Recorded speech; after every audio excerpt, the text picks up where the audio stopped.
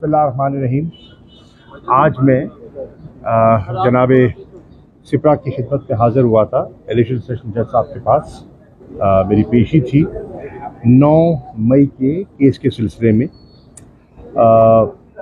मेरे वकील जनाब अली बुखारी साहब आर्गूमेंट्स के लिए तैयार थे। इन्वेस्टिगेटिंग ऑफिसर जो है वो मुझे थोड़े से कंफ्यूज दिखाई दिए। बहरहाल कल की तारीख पड़ गई है और कल इंशाअल्लाह मैं हाज़िर हो जाऊंगा जुडिशल कॉम्प्लेक्स में और मेरे वकील जो हैं वो अपने आर्गूमेंट्स कर देंगे इंशाअल्लाह। बड़ा वाज़ेह केस है और इंशाअल्लाह हम उसको आगे कर देंगे। आज मैं 2 मौज़ूआत पर आपसे बात करना चाहता हूँ। एक, जो अफसोसनाक सानिया कश्ती डूबने का हुआ, उसमें तकरीबन 300 पाकिस्तानियों की हलाकत की इत्तला तो आ चुकी है। हो सकता है कि नंबर्स में बढ़ जाए, अल्लाह ना करे, पर हो सकता है नंबर बढ़ जाए। वज़ीर आज़म ने आज पूरे मुल्क में शोक का ऐलान किया, दुरुस्त किया। उन्होंने कहा कि इन्वेस्टिगेशन होनी चाहिए कि जिन्होंने एजेंट्स ने ये गैर ज़िम्मेदाराना हरकत की, मुनासिब है, होनी चाहिए, लेकिन ये लॉन्ग टर्म मेजर्स है। इमीडिएट जो कंसर्न है वो 300 घरानों की वो है कि वो लाइल्म हैं, उन्हें मालूम नहीं, कैफियत हालात से बेखबर हैं। आप अंदाज़ा लगाइए कि आपके घर में सफ़े मातम हो, बीवी बच्चों को मालूम ही ना हो, इत्तला ही ना मिल सके कि आपका जो अजीज़ है, आपका जो चाहने वाला है, वो जिंदा भी है कि नहीं, वो किस हालत में है। मुझे अफसोस से कहना पड़ता है कि जो हमारे मिशन हैं, फॉरेन ऑफिस के तर्जुमान ने बात की है, नाकाफ़ी है। मैं मुतमईन नहीं हूँ। मुझे याद है कि एज फॉरेन मिनिस्टर मैंने फॉरेन ऑफिस में एक क्राइसिस मैनेजमेंट सेल बनाया था। उसका मकसद क्या था? उसका मकसद ये था कि इस किस्म के वाक़यात से 24/7 आप मामलात पर नज़र रखें, आप अपने मिशन से राब्ते में रहें और आप लवाहिकीन को, मुतासरीन को बाखबर रखें। आज 3 दिन हो गए, तड़प रहे हैं लोग। फॉरेन ऑफिस की खामोशी है, नहीं बता सकते फैक्ट्स क्या हैं। ये एक बहुत कर्बनाक बात है। मैं समझता हूँ कि वो जो क्राइसिस मैनेजमेंट सेंटर हमने बनाया था, मैं पूछना चाहता हूँ फॉरेन ऑफिस से वो काम कर रहा है कि नहीं कर रहा। मैं मीडिया से कहता हूँ आप जाके विजिट कीजिए, आप जाके देखिए जो मैंने बनाया था वो आज चल रहा है कि नहीं चल रहा। अगर चल रहा है तो उसने रिपोर्ट पेश की है कि नहीं की, अगर नहीं की तो क्यों नहीं की, अगर नहीं चल रहा, बंद हो गया तो क्यों बंद किया गया। आपको याद है कि हमने स्ट्रैंडेड पाकिस्तानियों को इतनी बड़ी तादाद में हमने एवैक्यूएट किया था।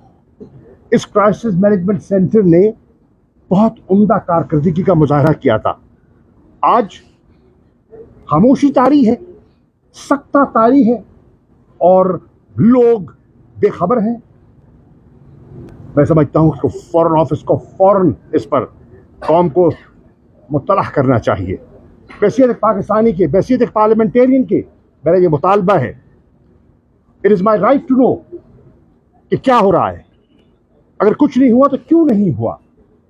तो एक बात तो ये है, उनके जो लवाहिकीन हैं उनसे मैं इज़हार हमदर्दी भी करना चाहूँगा। और हमें बड़ा अफसोस है, बड़ा दुख है जिस अंदाज में ये शहादतें हुई हैं। कर्बनाक कहानियाँ सामने आ रही हैं। गार्डियन की स्टोरी आपकी नज़र से गुजरी होगी। कुछ लोग तो प्यासे मर गए। डूबने की बात तो बाद में आती है। 3 दिन उस जहाज का इंजन खराब, कोई क्या नहीं, कोई किसी ने उसकी अभी तक तहकीक नहीं की। What went wrong? कैपेसिटी क्या थी? कितनों को लोड किया गया? कौन जिम्मेदार है? ये सब चीज़ें हैं। ये मसला इंसानियत का है, इंसानों की जानों का है। एक दूसरा नुकता जिस मैं बात करना चाहूँगा वो मेरी फुटेज आपके पास मौजूद होगी, मीडिया इस बात की गवाही देगा। मेरे टॉक शोज भी मौजूद हैं, मेरी फुटेज भी मौजूद है, जिसमें मैंने बारहा कहा ये पीडीएम का इत्तेहाद गैर फित्री इत्तेहाद है, ये देर पा नहीं है। जरा इन्वेस्टिगेट कीजिए, मेरी फुटेज निकालिए, माजी की निकालिए, तकरीबन 1 साल पहले की निकालिए। मैंने कहा था ये एक अरेंजमेंट है, ये गैर फित्री इत्तेहाद है, ये बिखर जाएगा। और आपने कल देखा उसकी शुरुआत हो चुकी है, वो बिखर रहा है। अब आप देखिए कि स्वात में बिलावल भुट्टो जरदारी ने अपनी शिकायत की, सिंध में जो फ्लड का तूफान आया, जो पानी आया, जो तबाही हुई, और उनका जो मुतालबा था कि हमें मुनासिब एलोकेशन नहीं की गई, उनका गिला है वफाकी हुकूमत से, और उनका गिला मेरी नज़र में दुरुस्त है, क्योंकि मुझे इल्म है कि सिंध में कितनी तबाही हुई है, मेरा सिंध से ताल्लुक़ है, मैं जानता हूँ कि वहाँ का कैफियत है, और अगर उनको वसाइल दस्तयाब नहीं होंगे तो उनकी रिहेबिलिटेशन का काम कैसे होगा। इस हद तक बिलावल जो कह रहे हैं वो दुरुस्त कह रहे हैं। लेकिन सवाल ये उठता है कि काबीना में आप और आपके वज़रा मौजूद, जब बजट डॉक्यूमेंट पेश किया गया और अगर ये एलोकेशन नहीं थी तो आप खामोश क्यों रहे? आपने वहाँ इंसिस्ट क्यों नहीं किया?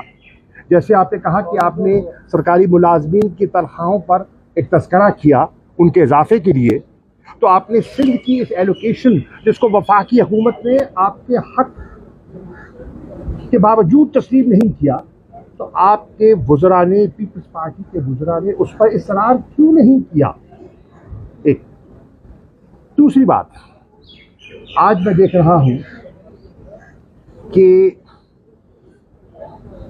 सरकारी वज़रा आज़ाद कश्मीर के इलेक्शंस पर, जब हालिया ज़मीनी इलेक्शन हुआ है, उस पर अपने एतराज़ात उठा रहे हैं। वो कह रहे हैं कि ठप्पे लगाए गए। इंटीरियर मिनिस्टर का मैं बयान सुन रहा था, वो कह रहे हैं कि कायला साहब को एक्यूज़ कर रहे हैं, वो मेरे पास आए, मुझे उन्हें यकीन दिलाया कि ठप्पे नहीं लगेंगे, रेंजर्स की तैनाती की ज़रूरत नहीं है, और मैंने इनकी बात तस्लीम की। लेकिन वहाँ जो कुछ हुआ उससे हम मुतमईन नहीं हैं। यानी कि वो पीपल्स पार्टी पर आज़ाद कश्मीर के ज़िमनी इलेक्शन की धांधली का इल्ज़ाम लगा रहे हैं। कराची का इलेक्शन, मेयर का इलेक्शन, सवाल उठता ये है कि अगर आज़ाद कश्मीर के इलेक्शन में पीपल्स पार्टी ने आपके साथ ज्यादती की, मुस्लिम लीग नून के साथ ज्यादती की, तो सवाल ये उठता है कि फिर कराची के इलेक्शन में मुस्लिम लीग नून ने 14 वोट पीपल्स पार्टी के मेयर के कैंडिडेट मुर्तज़ा वहाब साहब को क्यों दिए? सवाल है 14 वोट फिर आपने क्यों दिए? आपने अपना एहतजाज रिकॉर्ड क्यों नहीं करवाया?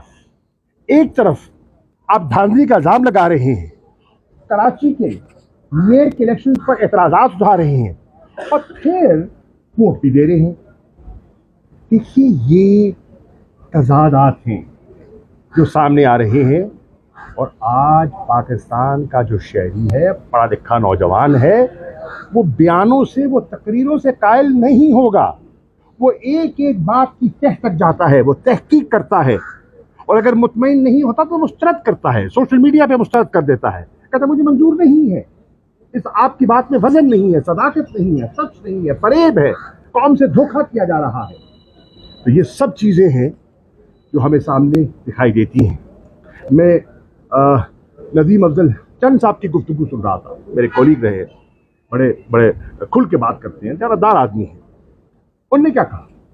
उन्होंने कहा, जब मुझे सवाल किया गया, एंकर ने सवाल किया कि ये आपका जो इत्तेहाद है ये कितना देर का है, तो आप फरमाते हैं शायद माह 1.5 माह चल जाए।